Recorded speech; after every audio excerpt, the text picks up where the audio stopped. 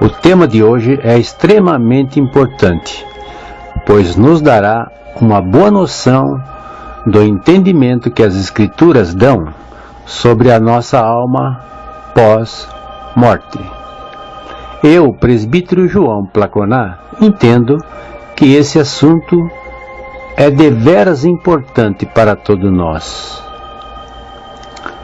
Pois bem, vamos ao tema. O rico e o pobre Lázaro. A base bíblica deste ensinamento você encontra em Lucas, capítulo 16, versículo 19 a 31.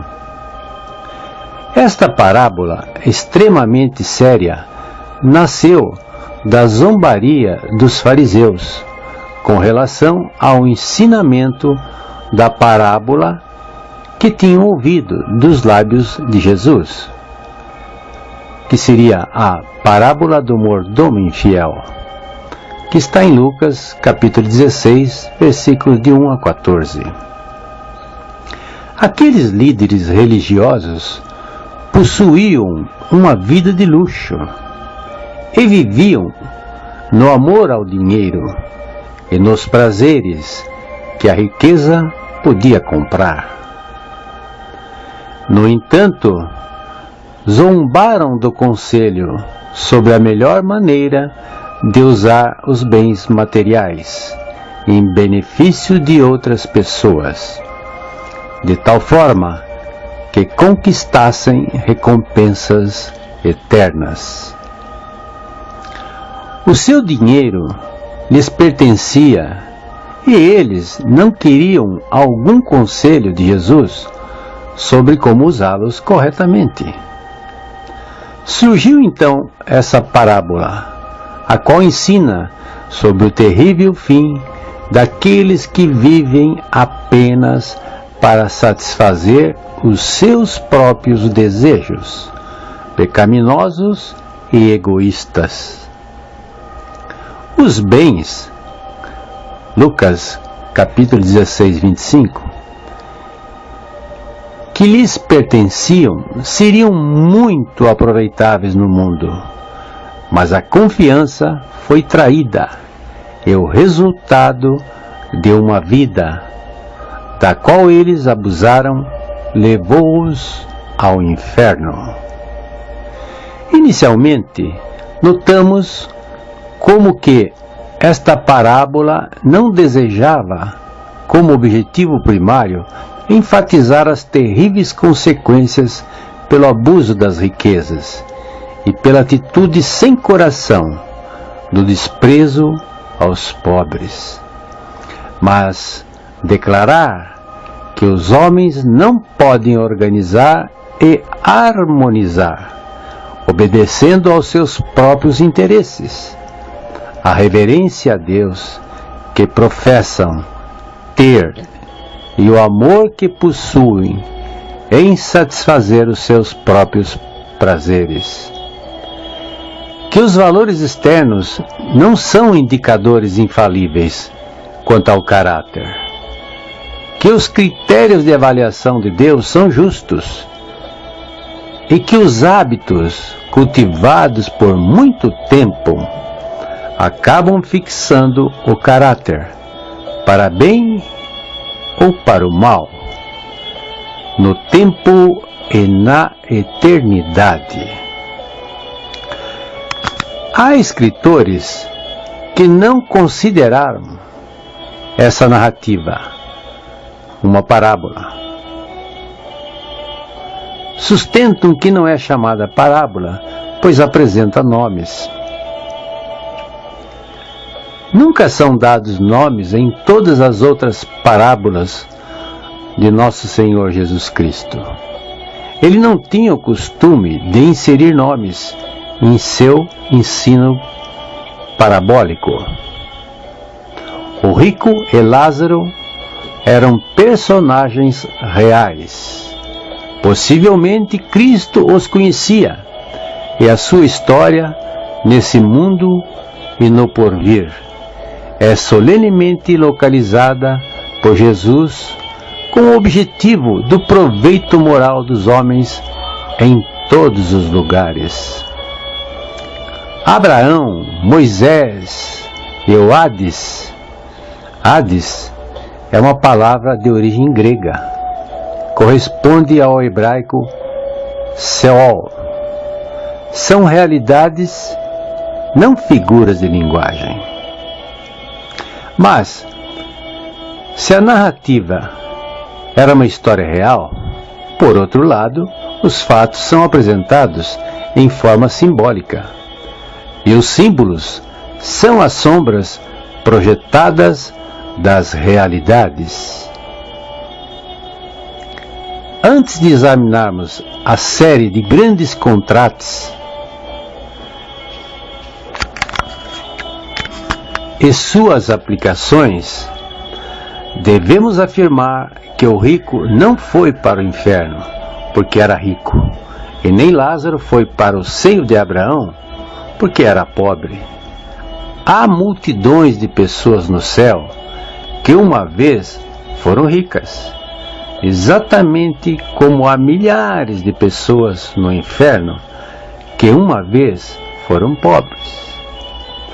Nem abundância nem pobreza determinam a condição eterna de ninguém. Somente o nosso relacionamento com Jesus decide a nossa felicidade ou aflições eternas. Esse homem, o rico, sem nome, era rico, pois pertencia a uma família abastada.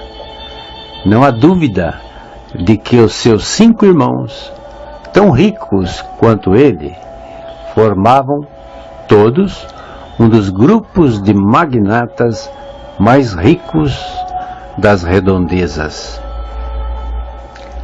Por causa de suas riquezas, o rico podia vestir-se do melhor que havia e comer e beber com muita fartura todos os dias. Embora o rico e sua família fossem ímpios, afastados de Deus, nada é dito sobre ele ser totalmente depravado.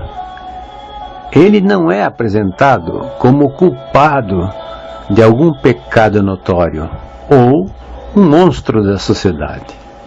Ele não é colocado diante de nós como um tirano ou um opressor dos pobres. Se fosse notoriamente egoísta ou sem caridade, jamais teria permitido a Lázaro que ficasse à sua porta, dia após dia, pedindo esmolas. Sem dúvida, ele vivia uma vida luxuosa e cuidava de si mesmo, mas não é condenado por causa de sua riqueza. Ele foi para o inferno porque não percebeu que Deus o havia feito seu procurador, com riquezas e influência que poderiam ser usadas para a glória do Todo-Poderoso e o benefício espiritual e material do seu próximo. Portanto, foi a sua perversidade e não a sua riqueza que lhe trouxe o sofrimento eterno. O egoísmo, não o seu apetite pelas coisas carnais, foi que o fez ficar debaixo da condenação daquele a quem ele devia tudo o que possuía. Não há vícios ou crimes lançados em sua conta. O seu pecado foi que ele só vivia para o presente. Falando agora de Lázaro, ele é notório por ser essa a única vez que Jesus dá um nome a uma personagem de sua parábola. Ele podia ser realmente um mendigo que Jesus, os discípulos e os fariseus conhecessem, mas o significado do seu nome sugere que o objetivo em mencioná-lo foi simbolizar a miséria externa de alguém que não tinha qualquer outro auxílio senão de Deus.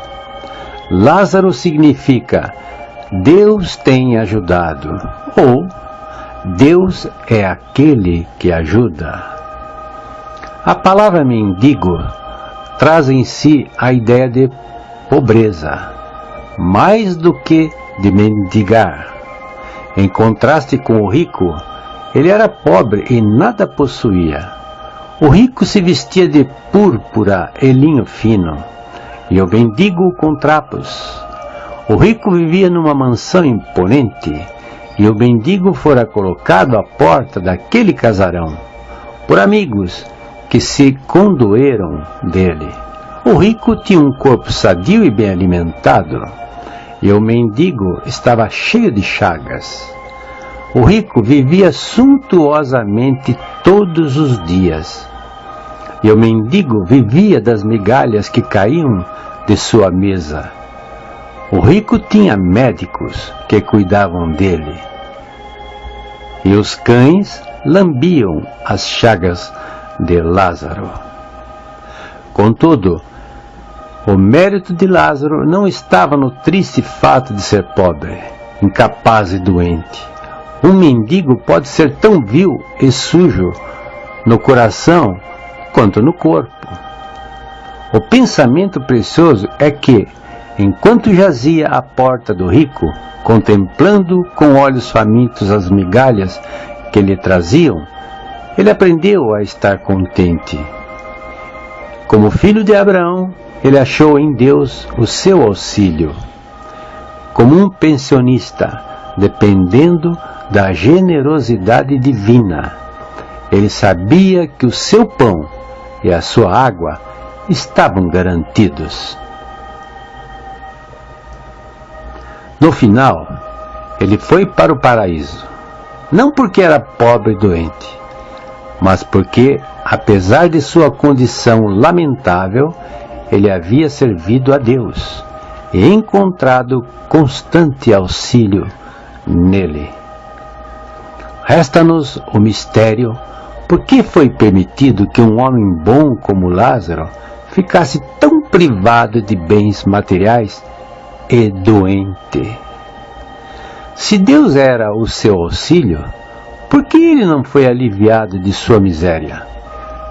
E também, por que foi permitido a uma pessoa tão egocêntrica e egoísta como o rico que possuísse tamanha riqueza?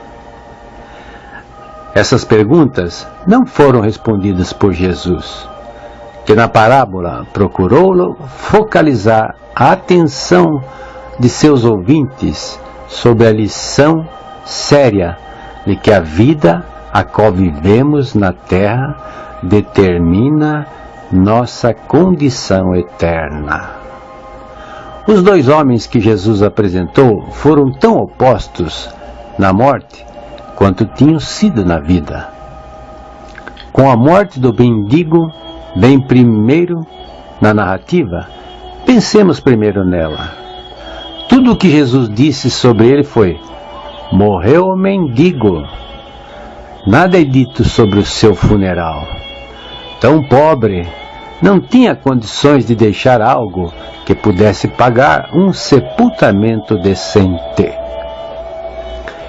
Ele teve um funeral, ou o seu cadáver doente e magro foi lançado rude e insensivelmente pelos funcionários públicos no campo do oleiro. Mas, embora o seu corpo tenha tido um fim desonroso, os anjos vieram e o levaram ao paraíso. Aqueles guardiões angelicais dos justos escoltaram o espírito de Lázaro ao mundo da felicidade, pois sabiam o caminho para lá. Mas o rico foi diferente. Ele faleceu, como todos têm de morrer, sejam ricos ou pobres, mas foi sepultado, e sem dúvida alguma teve um funeral imponente, com pranteadores alugados e todo o esplendor de aflição que ele tinha condições de pagar. No entanto, embora o seu corpo fosse transportado para um túmulo ornamentado com todas as honras devidas, a sua alma estava solitária quando partiu da terra. Não apareceu uma escolta de anjos para acompanhá-lo às regiões onde estão os abençoados. Ele foi diretamente para o inferno, a fim de ali suportar o tormento. Aprendemos aqui que as escolhas desta vida determinam o nosso destino eterno e, uma vez morto, o destino é determinado. Não há passagens do lar dos salvos para os condenados ao inferno, ou vice-versa. Em sua morte, o rico era mais paupérrimo do que Lázaro jamais fora. Ele foi para a eternidade, nu, despojado de tudo o que tinha possuído, e com a terrível conscientização de que jamais possuiria uma herança eterna. Como seria diferente se Deus, e não o ouro, estivesse em primeiro lugar em sua vida? Com conhecimento divino, ele, Jesus, podia falar com autoridade sobre a vida futura, o que então estava implícito em seu uso da figura de linguagem judaica Hades, que é o termo grego para inferno. O vocábulo significava o lugar dos espíritos que partiram, o mundo não visto dos mortos, tanto os bons quanto os maus. Esse reino único e grande era dividido em duas esferas: o seio de Abraão, ou paraíso para os justos, e o inferno, a morada dos injustos. O seio de Abraão é uma expressão simbólica indicando o lugar de felicidade. A qualquer judeu, o pensamento de desfrutar comunhão com Abraão sugeria felicidade inexprimível. Suponhamos que o seio de Abraão seja o mesmo que o céu. Quando Cristo ressuscitou procedente do paraíso e subiu às alturas, levou cativo o cativeiro, o que significa que esvaziou aquele lugar e levou consigo todos os prisioneiros que viviam na esperança para a casa do Pai. Agora, quando um crente morre, ausente do corpo, ele está presente com o Senhor. Oh, glória! A outra esfera, o Hades, que é o inferno, permanece e é a morada temporária das almas perdidas. Todavia, o inferno dará lugar ao lago de fogo, que será o depositário final de todos os que morreram sem Cristo. Veja em Apocalipse, capítulo 20, versículo 14. Estar no seio de Abraão significa encontrar-se perto do Santo Patriarca, a fim de compartilhar o seu estado de bênçãos. Como um filho de Abraão, Lázaro agora desfruta de estar próximo dele como co-herdeiro e companheiro. O rico o considerara um rejeitado de Deus, mas no mundo invisível ele é altamente honrado como amigo do Pai da fé, a quem Deus chamou de seu amigo. O que não se pode negar quando lemos a descrição de Nosso Senhor da vida além é que seja um estado de existência consciente, com o uso contínuo de nossas faculdades. Para Lázaro, o paraíso era um lugar em um estado de alegria extrema e de comunhão celestial. Para o rico, o inferno era o lugar e a condição de remorso, sofrimento e aflição. Evidentemente, no Hades, quando existia, na época em que Jesus preferiu essa parábola, as duas esferas divididas estavam próximas uma da outra, porque o rico podia ver Abraão ao longe e Lázaro perto dele ao seu lado. O contraste entre as duas almas que partiram foi dado por Jesus quando disse que Lázaro é consolado e o rico atormentado. A palavra para confortar é parakaleo, da qual temos Paráclito, a designação usada para o Espírito Santo, o Confortador Divino. A palavra significa chamar para perto, e Lázaro fora chamado para perto de Abraão e de Deus, em quem ele confiara. O rico, atormentado, suplicou a Abraão que mandasse Lázaro aliviar a sua angústia. Isto significa que, além do espaço vazio, o qual divide os dois lugares, as vozes podiam ser ouvidas distintamente.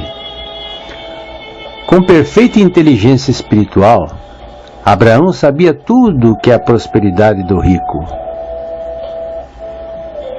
como sobre a miséria de Lázaro, e disse ao primeiro que se lembrasse do passado, e aquela lembrança constituía o seu inferno, e era a chama que o atormentava.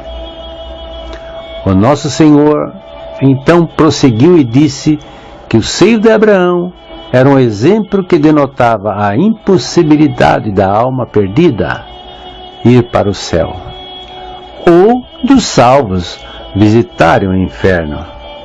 O espaço vazio é intransponível. Consciente de sua condenação, o rico pediu que Lázaro fosse liberado por algum tempo, para atuar como evangelista junto aos seus 5 irmãos, que estavam a caminho do mesmo lugar de tormento. Ele não suportava a ideia de estarem juntos novamente no inferno. Mas Lázaro, que uma vez fora mendigo, agora companheiro de Abraão, não seria bem-sucedido. Mais tarde, outro Lázaro ressuscitou dentre os mortos. Que efeito a sua ressurreição teve sobre os fariseus ricos e contentes consigo mesmos? Tentaram matá-lo, por fim, Jesus morreu e reviveu. E com que resultado? Aquelas mesmas pessoas não mudaram a sua atitude com relação a Cristo, como ficou provado pelo seu esforço em matar todos os que seguiam. Tem Moisés e os profetas, que os seus irmãos os ouçam, disse Jesus. E isto vale também para nós, hoje, pois somos convocados a sermos também profetas com palavras, atos e sem omissão. Quando abrimos os olhos e os ouvidos para aprender os ensinamentos de Jesus, nós também assumimos o compromisso com a verdade e nos tornamos mensageiros do céu aqui na terra. Reflita: quais os bens que você tem recebido na vida? Você os tem partilhado com os pobres que se encontram à sua porta? Como é a sua vida? Você tem recebido mais bens ou mais feridas? Qual é a ideia que você tem da vida após a vida aqui na terra? Você tem aberto os olhos das pessoas da sua família para isso? Nada espetacular ou milagroso pode causar qualquer efeito sobre as vidas humanas. Se não crerem em Jesus e obedecerem à palavra de Deus. Se as parábolas de Lucas, capítulo 15, que são ovelha desgarrada, dracma perdida e filho pródigo, se elas falam da misericórdia e compaixão de Deus com relação ao arrependido, essa que acabamos de analisar apresenta de forma muito clara a justiça e a justa indignação com relação aos que morreram sem arrependimento. As grandes lições que ficaram para nós deveriam ser seriamente consideradas por todos. O homem não pode servir a dois senhores. Se ele ganha o mundo e perde a sua alma, a sua perda será eterna. A escolha feita na terra determina a vida futura. E essa escolha é definitiva. A sepultura não pode fazer qualquer milagre para mudar isso. A personalidade contínua no futuro, sentimentos, conhecimento, visão, raciocínio e memória. Essas faculdades nos auxiliarão na nossa felicidade ou acrescentarão mais dor ao nosso tormento? Fica aqui a pergunta. Essas faculdades nos auxiliarão na nossa felicidade ou acrescentarão mais dor ao nosso tormento? O céu e o inferno são reais, e o nosso destino eterno não depende de riqueza ou pobreza, mas do nosso relacionamento com Jesus Cristo, que veio como profetizado por Moisés e pelos homens de Deus como o Salvador do mundo. Sabemos que, quando um crente morre, o corpo vai à sepultura, mas a sua alma estará com Cristo no céu. Quando um não crente ou descrente morre, o corpo igualmente vai à sepultura, mas a alma vai para o Hades, ou seja, para o inferno. Amém?